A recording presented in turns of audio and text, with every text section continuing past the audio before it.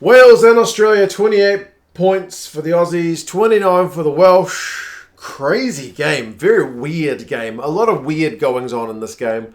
But yeah, we'll go through some of the key events, some of the stats, and you guys can let me know what you reckoned. But certainly some bizarre moments. I'm sure the refereeing will be contentious. I'm not sure what it was like on the other feeds, but I had the Aussie feed, and they were less than satisfied with the officiating. To put it mildly, I feel like Andrew Mertens needs a hug, or he got out the wrong side of bed or something, didn't have his coffee, because he was a bit of a grumpy guts today. But anyway, I enjoyed the game, even though it was bizarre. And yeah, Wales and Australia just like having close games. It started well for the Aussies, man. The crowd was in full voice, but they were kind of quietened down. Aussies finding a little bit of space with their kicks through, and Callaway goes over for his try on the back of a Paisami little dink through. So well worked for Australia, 7-0. But then Australia, and I swear Australia, I don't have any stats to back it up, are one of the worst teams for conceding points after the restart. They conceded points after the restart. Soft, changing lines with the kick through. Rodder takes out one of the Welsh guys. Needless stuff. Soft, and it's suddenly 7-3. So 3 points essentially deducted from the good work the Aussies have done to get their points on the board. Aussie scrum looked much better with Tupou back, and they managed to win a scrum penalty, but they were still conceding breakdown penalties. So much of the story of this game was neither side able to really get on the front foot and put in like 10, 12 phases, you know. It wasn't that kind of game. It was very much kind of momentum wouldn't allow one team to go very long in the ascendancy. It was just back and forward for pretty much the whole game. What made matters worse, I guess, for Australia is the fact that Valtini gets red carded on 15 minutes. It's head-on-head clash. But honest to goodness, my first thought when I watched this was, Valtini, man, you need to get lower. Adam Baird is a giant. And if you're hitting him in the head with any part of your body, because he was pretty much upright, Adam Baird, he braced a little bit to take it into contact, but still pretty high up. If you're hitting him in the head, you're way too high.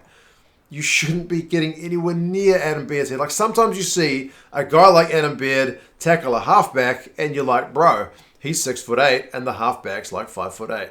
He's got a foot on him. But not in this case. Baird's a giant, and you hit him in the head. It's red. Like, that one, I know head on head is not the traditional kind of hitting the, like, you know, shoulder to head or swinging arm or anything, but it still counts these days. So, man, you just got to get lower. Wales knock over the resulting penalty from the red card, and it's 7-6. That being said, Wales were hit back by the Aussies. I mean, they had a nice little play slip at a Tupou, who was really looking good going forward with ball in hand. Hala got pinged for not releasing, so 10-6. But then it gets worse for the Aussies because Kurtley Beale gets yellow carded. I find that one maybe more contentious, but the deliberate knock-on one is always a pain, because it's that matter of, do you just let the referees not ping it and then potentially get guys who do deliberately knock on the ball, or do you go with the hardline stance they've got at the moment, where you see guys who maybe aren't deliberately knocking the ball on but still get kind of pinged for it? He wasn't really going for an intercept, he was going for a wrap, but the ref determined that his arm was kind of in an unnatural position. They replayed it a ton of times, and I felt Kurtley's eyes never left the man. It didn't look like they were following the ball to try and stop it, but the arm position admittedly did look a bit weird. But anything looks that weird when you're going to slow it down as much as they did. Either way, they get him yellow carded, and the Welsh immediately punish the Aussie guys with a try through Ryan Elias. Great little line-out move. Thomas Williams back to Elias out on the wing. So yeah, well set play, and 13-10. But Aussies, to their credit, man, they're 2 men down.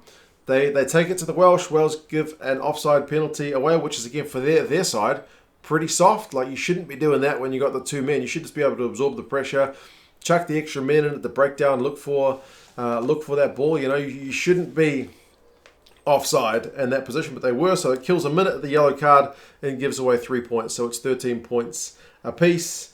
I think the Aussies gave away another penalty from the restart, didn't they? Or was it a maul that got turned over? I can't remember. My notes, my handwriting's terrible, but I do know the Aussies were able to get a scrum and then exit pretty well. So at least they didn't concede any points from that one. It must have been a maul turnover. Kellaway had to go off because he was injured, which was unfortunate, but Beale came back on, so the yellow card finished 7-3. Not too bad in the scheme of things, given it was a two-man advantage. Wales had a few chances, but they weren't really able to convert. I seem to remember them kicking for touch a couple of times, but the Wallabies holding out pretty well. Wales did opt for 3 on 37 minutes because, they hadn't been getting much in the way of scoreboard pressure going on, so they needed those points before halftime. 16-13.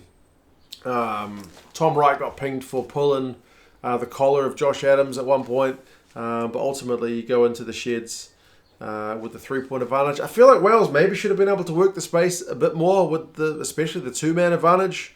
A little bit too much of the dinking kicks through when you've got extra players on the field, but it's kind of easy for me to sit there on my couch and criticise that. Got to give credit to the Wallabies for kind of getting up and defending. I felt the scrums, the second half starts, the scrums are a bit messy, a bit slow, some restarts, free kicks. Interestingly, that Samu, who was playing 7 by trade, is an 8, but for the Aussie scrums, when they were feeding it, he was still staying at 7, and Leota, who is a natural 6, was going to 8. I would have thought Samu would have had more control at the back, but Leota did a pretty good job, so I think it's the first time I've seen him play it, or he may have done it at Super Rugby, but kind of credit to him, because stepping up in not always the easiest position. I mentioned weirdness at the start. Tompkins' try, oh my lord, on 48 minutes is a bizarre one. It's bizarre. Like, Kurtley Beale's already gone off for a deliberate knock-on. And if you watched the All Blacks game last week against Ireland, there was a scrum that got formed because the All Blacks guys thought they'd knocked it on, but hadn't, and stopped playing. So the ref just blew the game up. He should have just let it play on, because I think the Irish would have gone down the other end and scored a try. That's what happened in this game, except Nick Tompkins is the one who doesn't stop playing. He slows down, and the ref doesn't blow the whistle. He kind of lets it go on. So the Aussies throw a pass. Nick Tompkins bats it, but it goes back towards his own line, which is fine. You've seen it happen in other situations, but maybe not for like an attempted intercept. You've certainly seen guys bat it back before. That happens all the time. But he bats back a potential intercept, so it drops to the ground, and then he's able to regather it. And everyone's standing around waiting for the deliberate knock-on. He yells at the ref, it's gone back, as he kind of half jogs through, and the ref's like, yeah, sure it did. So he puts the hammer down, and nobody gets near him. Everybody stopped playing. It's a lesson, I guess, that you learn as a youngster to play to the whistle, but he may have been gone either way. But yeah, it was a weird moment. Slipper wasn't happy, but yeah, it's just one of those things. I think it's pretty correct, isn't it? It seems weird, but it's just you don't usually see attempted intercepts go backwards and then be able to be regathered. It's a freak situation. Usually if you're going to bat it backwards, it's gone behind you and someone else has to clean it up, so you're not in a position to just run to the line. It was bizarre. Very, very bizarre. But I mean, look at that scoreline. How crucial was that? The bounce of that ball was fluky, but yeah, man, you take it, and he kept playing. So there you go. 10-point lead, 23-13. Wales' maul defence held pretty well when the Aussies were turning the screws, and both sides pinching each other's lineouts. So what I mean about kind of no momentum really being able to be gathered. I mean, it wasn't helped. I forgot to mention that when Baird went off after he got that hit to the head, he didn't come back on. So Wales are already without quite a few of their second rowers, with Rowlands out and Alun Jones is out. So yeah, it was not ideal for them. But yeah, it was kind of showing with both sides being a little bit scrappy at line-out time. Another weird moment, man, where on 57 minutes, Alatoa tackles Basham. It seems a little bit high. And then Gareth Thomas, the replacement prop, goes in on a clean-out on Alatoa. And the TMO's looking at, and like neither looks great. I think Gareth Thomas's one looked a little bit worse, kind of swinging arm, maybe slightly to the head. And then when a hilarious moment, that shows you, I guess, sometimes how lost we are as fans. Like, what was happening there? The ref, Mike Adamson's talking to Jenkins, and he says, it's kind of low danger. It's just going to be a yellow card. And his question to him is legit, for who? Because he's thinking, is it the Aussie guy for his tackle, or is it my guy? Well, it was the Welsh guy. So Alatoa gets away with his one. which honestly didn't look that bad. I mean, maybe it might have been a penalty if the resulting action hadn't happened. Sorry, whiteboard. But yeah, bizarre. Just bizarre. When the captain's like, I don't know what's going on, then what hope do we have, I guess. But anyway, yeah, so 14v14 for that time. And that leads to an Aussie try, man. Kurtley Beale. I've been a bit critical of him in times, but he steps up pretty well for this one. He generates a nice little line break with a step from Halaholo, gets to Ikitau, Ikitau gets to White. White's still got a bit of work to do, but he goes over for a try. So well worked, bit of plan. And White was very vocal, man. The ref copped an absolute earful from him in this game. So 23-20 game on, 7 points during the yellow card. But Paisami tackles Adams without the ball a bit later. It's got a soft one. It's a big hit, and it's a good... Shows that the dummy line that Adams was running was very convincing because Paisami bit it hook, line, and sinker. Big tackle. But yeah, they conceded a penalty from that one. Yeah, what happened after that? That's a penalty. So 26-20, so that's 3 points during the yellow card for Wales. But then with 10 minutes to go, right towards the end of the yellow card, Dalgunu gets a try. Dalgunu's had bugger all to do the whole game on 70 minutes. That one was Paisami with the line break. They kind of made hard work of it because Paisami, I feel like he had support runners, and if he'd given it to the halfback McDermott, then they might have just been over. But either way, they get tackled, but next phase kind of spin it wide, and Dalgunu is able to just go over, kind of good diving wingers finish. They missed the conversion though, so it's a 1 point ball game, 26-25. With not long to go, but the Aussies have done well to score 12 points while it's been 14-14. And then the Aussies had a good exit from the restart as well. Like the Welsh have been putting on heaps of pressure on the restart, so good exit. And then 76 minutes, Skelton wins a nice breakdown penalty just inside the Welsh half. And the crowd, man, they were giving Kurtley Beale stick as he stepped up. I know Northern Hemisphere crowds are generally a bit more on the quiet side. Not when Kurtley was lining up this one, but I feel like Kurtley's got a game winner against Wales before, right? So maybe they were not too happy to see KB lining that one up. And I thought, there's no way Kurtley's going to get it. Kurtley is, like, he can make you or he can break you. Like, he can do terrible stuff. And he's already had a good moment, so I feel like he's used his moment. But nah. Ice in his veins is what the Aussie commentary team said, and they were right. He nailed it. So 28-26 with only a minute to go. And then suddenly Wales wake up. Like, they go 10 plus phases. They go from their own half. And the Aussies are just seemingly like, don't go for the breakdown. Let's just let them run it. Like, eventually they'll make a mistake. They don't. They're playing with, like, ferocious intensity. All of a sudden, like, where has this been all game? How many times have we seen 10 plus phases all game? We haven't. As I said, maybe it's just the Aussies just kind of letting them, like, being very conservative not to concede any penalties. You know, maybe just kind of letting them have the meters without contesting too much. But either way, it was good to see from Wales because we hadn't seen it that much. We'd seen a lot of kicks through and stuff. They couldn't at this point.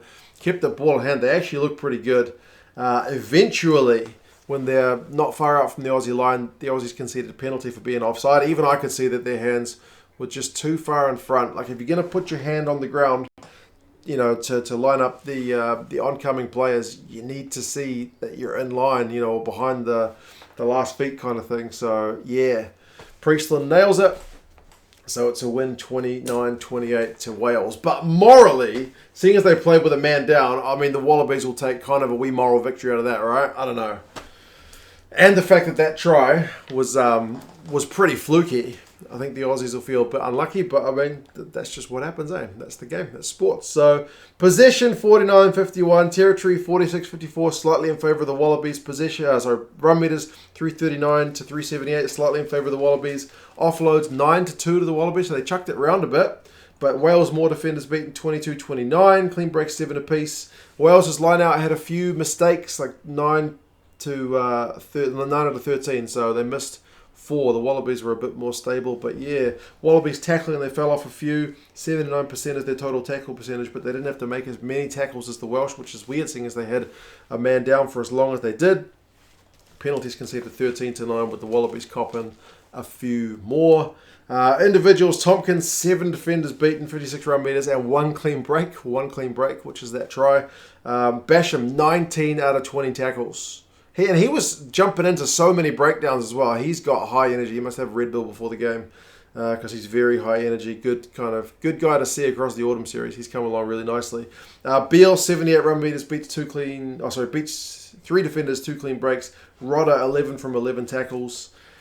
Weird game, but edge of your seat stuff. My heart was pounding when Kirtley was lining up the shot, and it was just good stuff. And the commentary team, when the game was going a bit slow and they weren't moaning, actually were talking about the other results, and one of the commentators said, "Don't drop any spoilers," because I haven't seen like the Scotland-Japan game yet. So yeah, that was very good of them to be mindful of that for those of us not watching all the games live. But anyway, 29-28. If you're a Welsh fan, how do you feel about it? You get a win, much needed.